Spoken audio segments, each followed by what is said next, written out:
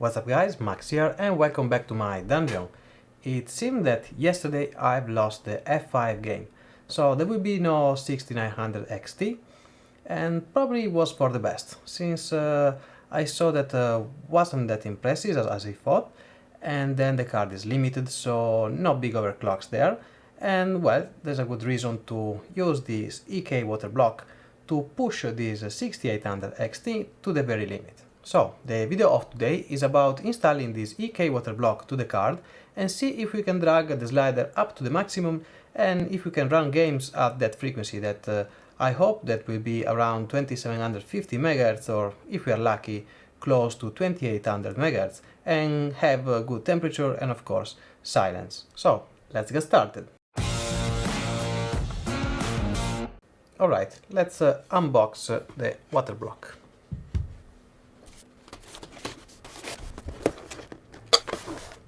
Okay, here we have some pads. I think that is for the memory.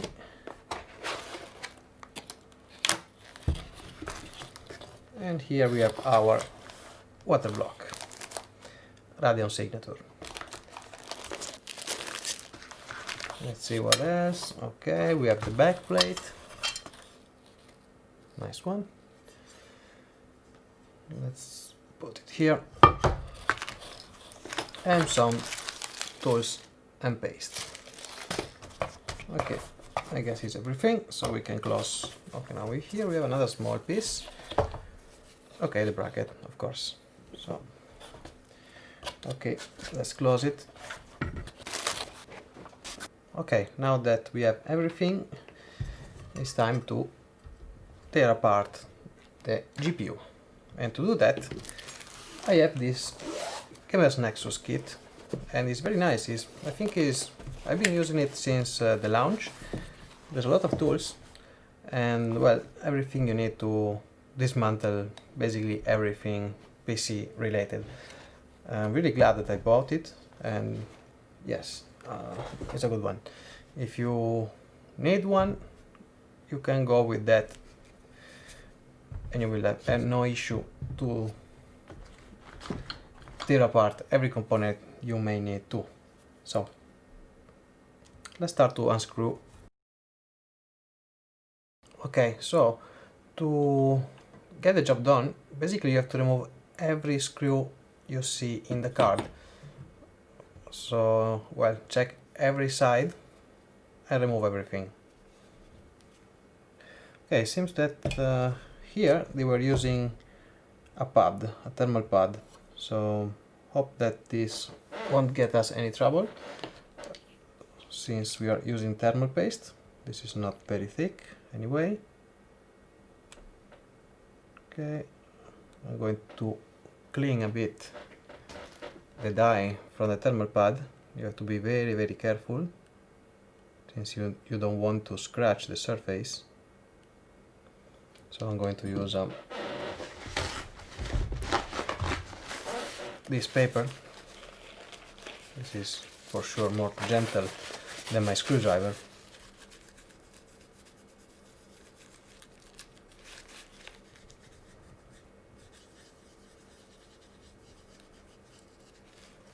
Okay, so now I'm going to remove the pad.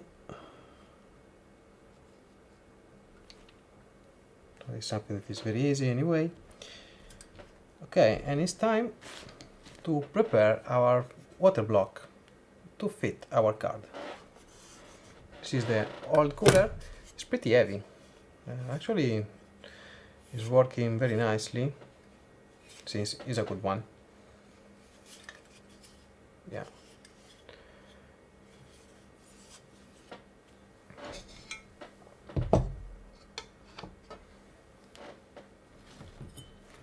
So here's the card for you to see.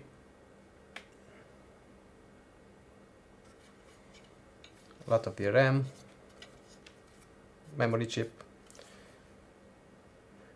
Okay, let's start, or I will end up again editing my video at 2 AM and making a lot of mistakes. So here is the water block. is going to be placed in this direction, so I'm going to do like this. the card will be placed like this. So first thing to do is to check the contact point to see if everything that needs to be in contact to dissipate the various VRM or the memory modules, so we don't want to miss anything. Here I see a lot of pads, so I hope that we have a bit more in case of we need to reapply the GPU block. So I guess this is for the VRM. This will probably, it will fit the memory as well. There's a larger one, but honestly I don't know exactly where it's going to go. This part is very important, so carefully place the cutted piece of the thermal pad just to see if you are doing everything correctly. So I usually place everything on the card, I double check, and then I start mounting it.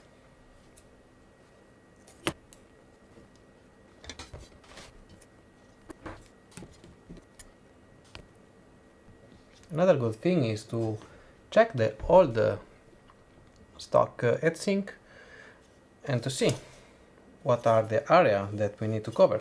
So in this case, memory, VRM, and those little things that probably I'm going to use the old ones. Let's see.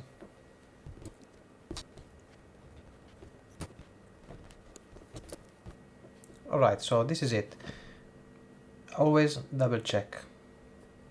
So even the small part here, everything needs to be covered. This one, this one, this one, this one. Very important to cover all the small parts, since it may overheat, and you don't want that. For the thermal paste, I usually use something like this. You can see it was a piece of the thermal pad to make sure that the paste is uniformly on the GPU die. Not too much, but the right amount. So as you can see, I prefer to have the paste that drops a little bit outside the die, that less paste than the GPU needs. So the paste, you can always clean the paste, but if there's not much paste, you're going to have heat issues, and you don't want to take down everything. It's really not so quick to do, and time is precious. So now it's time to close it, and let's see if it's easy or not.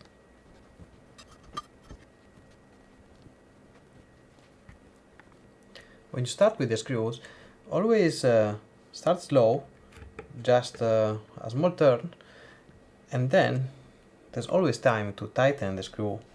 So I want to set the screw first and then take a look at the card to see if there's some part that is bent or everything is mounted correctly.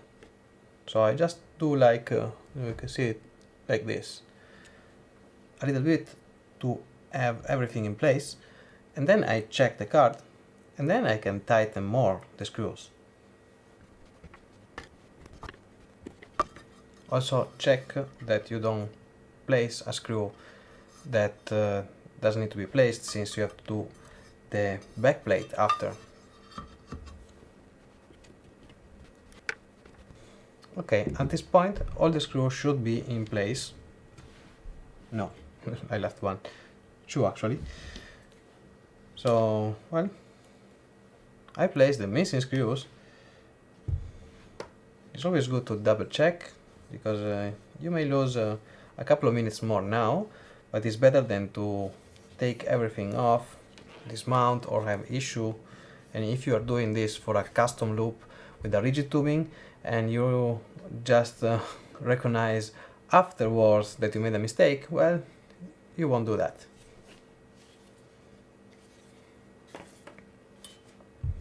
So everything seems fine. So everything is, I don't know if you can see it, so there's no point that is bent more than others. Everything is straight, and the pads seems to make contact perfectly. Okay, now I'm going to tighten all the screws and place the backplate.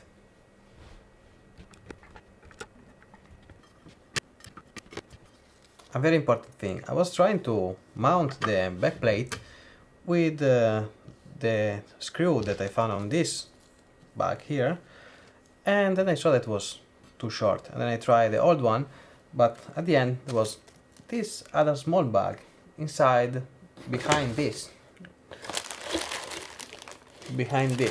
no, this one.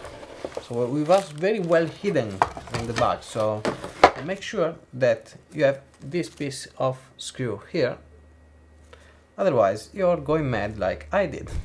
So now let's finish this. Once again, go easy with the screws. It's better to spend a bit more time, but make sure that everything is well placed, because if you broke this card, maybe you need to wait a month to get one in return. So, okay, jokes aside, this is our new GPU. Looks pretty nice.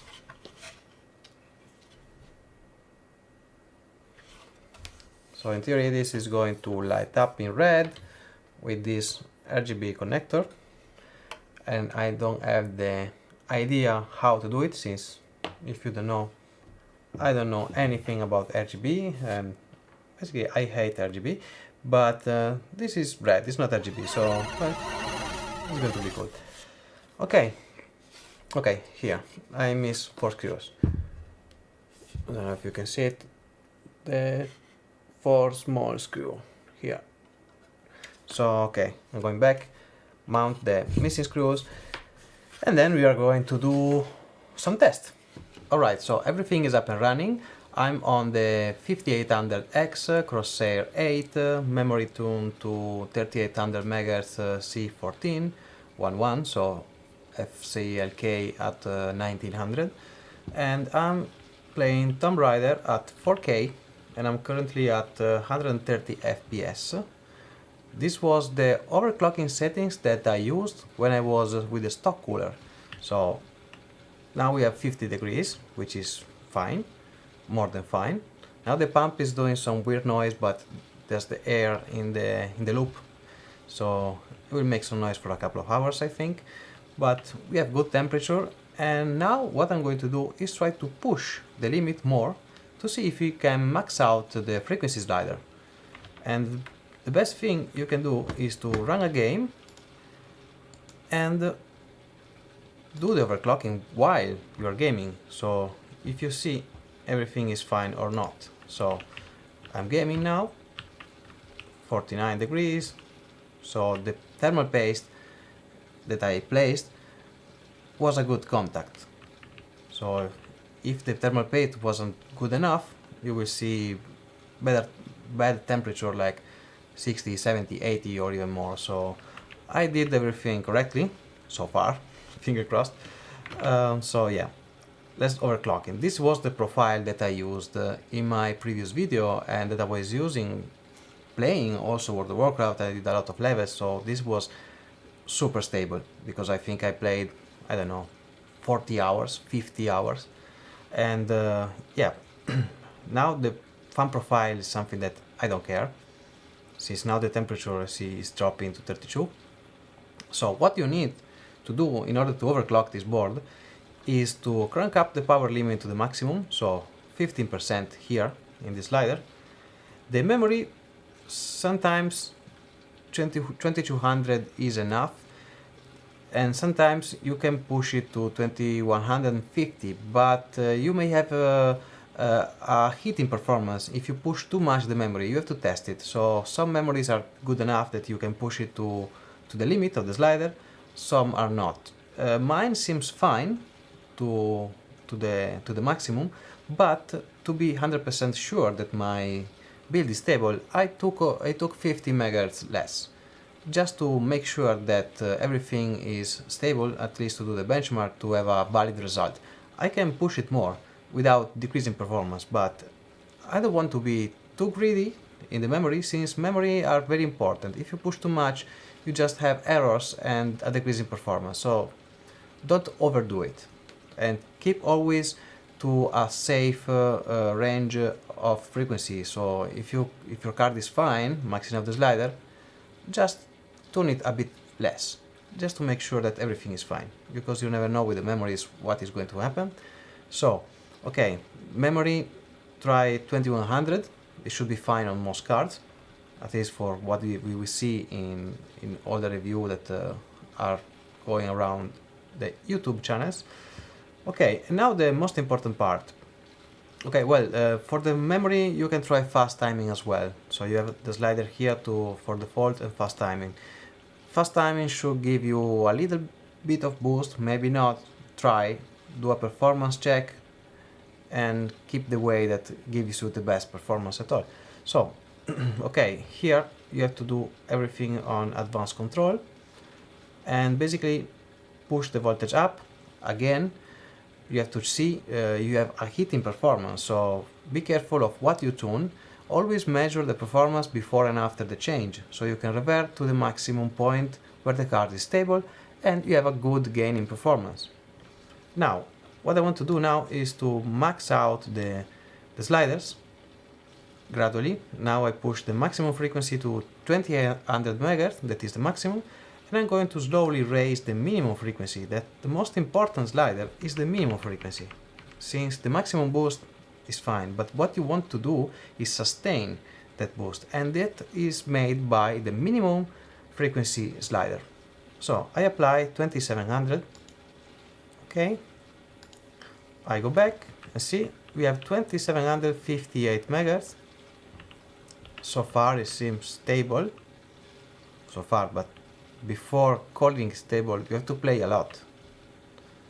And again, if you're not sure, just dial some less frequency, that you are definitely stable, especially if you play online like World of Warcraft, a game that you cannot afford to crash, like in the middle of a boss fight with like 20 people waiting for you.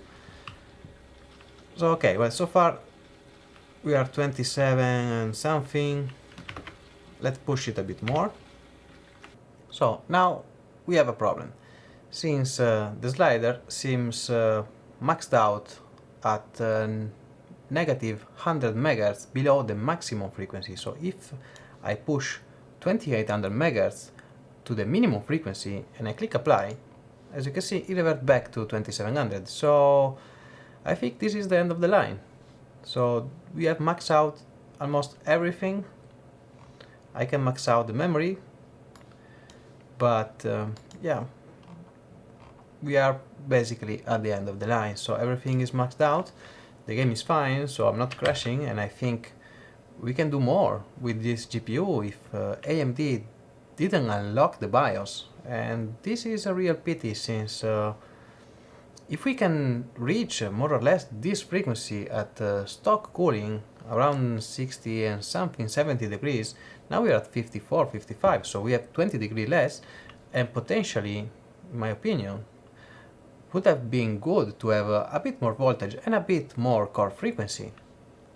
The card is doing perfectly fine. I'm running at 132 FPS at 4K high resolution, so high detail, and I mean, it's fine, since the card is like, you don't need nothing more.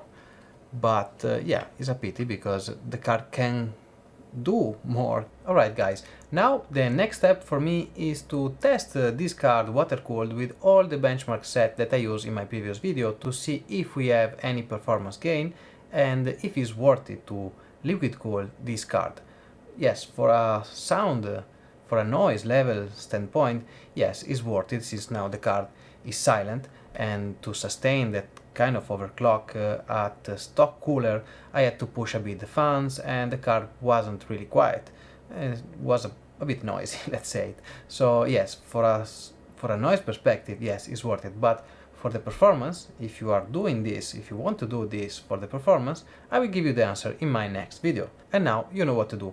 Like the video if you like it, dislike it if you don't like it, subscribe for more, hit the bell button. If you want to contact me, I suggest you to use my Discord server, since I cannot catch up with all the comments that you're writing down below. I can try, so write down below if you feel that right, to get in touch with other users, but I'll do my best to answer you. And I will have more content about this, since I'm going to use this GPU to test all the CPU I have, so you can expect this will be my main GPU for all the CPU testing. Well, that said, I wish you have a great day and see you in the next one.